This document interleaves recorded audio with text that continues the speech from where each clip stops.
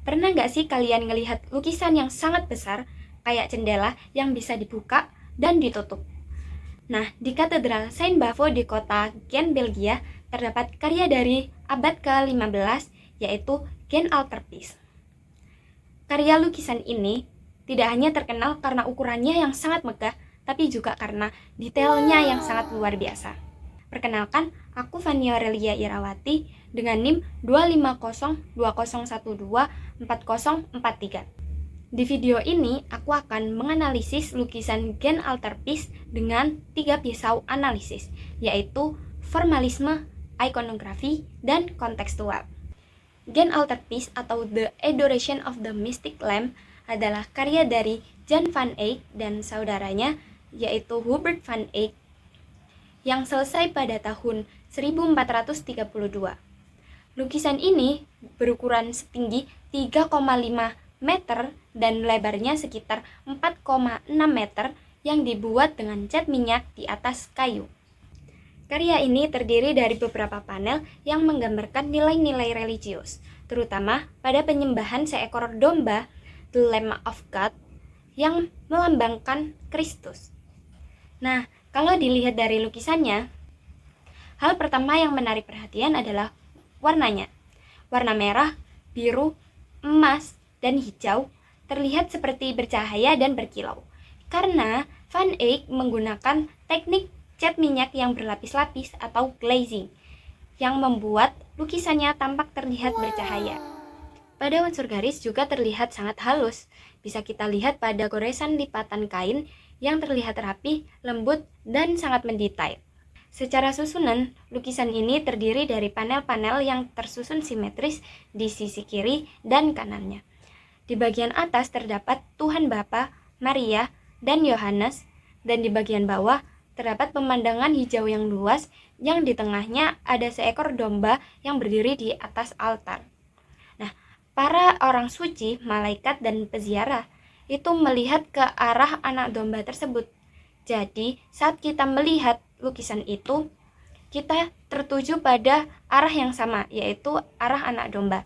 Nah, itu disebut dengan komposisi, yaitu bagaimana pelukis menata semua elemen yang membuat para penonton itu memiliki arah pandang yang jelas. Nah, dari unsur visual itu, mulai dari warna, garis, dan komposisi, menciptakan keindahan yang bisa kita rasakan melalui penglihatan. Terus, apa sih makna dari lukisan Gent Altarpiece itu? Nah, pertama, pada saat lukisan Gent Altarpiece itu masih tertutup, di situ kita melihat bahwa Gabriel itu menyampaikan kabar bahwa Maria akan menjadi ibu Kristus. Nah, di sekitar Maria itu terdapat benda-benda rumah tangga seperti teko perak dan kain linen, di mana benda-benda sederhana itu bukan hanya sebagai dekorasi, tapi melambangkan kesucian dan kemurnian dari Maria. Nah, terus ketika lukisan Gent Altarpiece itu dibuka, maknanya itu jadi semakin luas, di mana di bagian atas itu terdapat Kristus yang duduk di tengah dan didampingi oleh Maria dan Yohanes. Komposisi ini disebut dengan desis, di mana Maria dan Yohanes ini digambarkan sebagai perantara doa bagi umat manusia. Nah, di sebelah Maria dan Yohanes ini terdapat malaikat yang bernyanyi seperti paduan suara, yang dimana nyanyian tersebut itu sebagai pemuji dan menyembah Tuhan. Terus di bagian tepinya itu ada Adam dan Hawa sebagai awal mula manusia dan dosanya. Namun, makna utama dari lukisan Gent Altarpiece ini terdapat pada panel baris kedua, yaitu The Adoration of the Mystic Lamb. Nah, di mana seekor anak domba itu berdiri di atas altar, di mana itu melambangkan Kristus. Nah, yang disimbolkan sebagai anak domba Allah. Nah, dari dadanya itu muncul sebuah darah yang mengalir menuju ke cawan. Nah, itu disimbolkan sebagai pengorbanan Kristus atas keselamatan manusia. Nah, terus dari bagian atas itu muncul cahaya dengan burung merpati.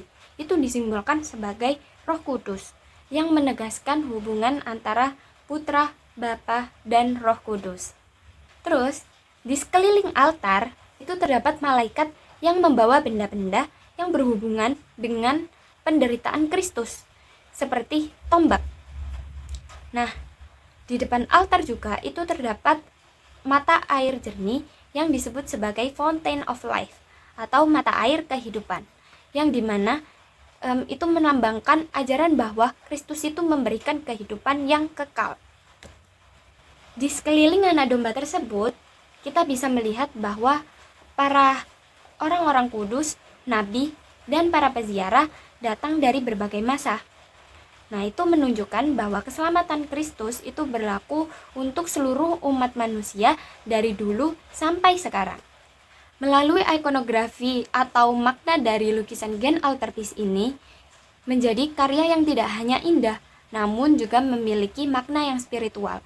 Setiap panelnya mengajak kita untuk melihat perjalanan besar dari awal penciptaan manusia, jatuhnya manusia ke dalam dosa, hingga keselamatan manusia melalui pengorbanan Kristus.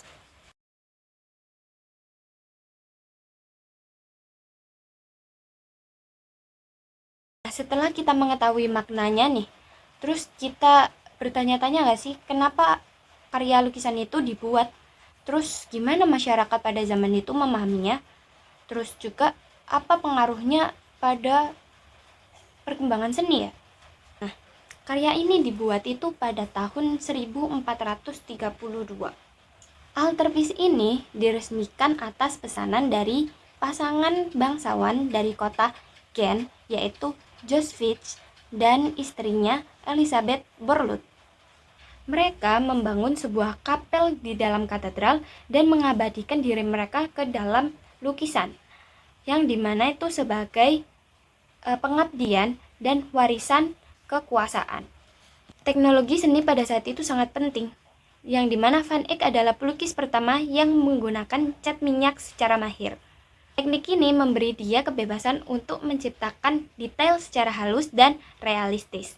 Semua elemen pada lukisan Gen Altarpiece ini memperkuat kesan sakral dan monumental. Secara budaya, lukisan Gen Altarpiece ini muncul dari transisi abad pertengahan ke Renaissance Utara.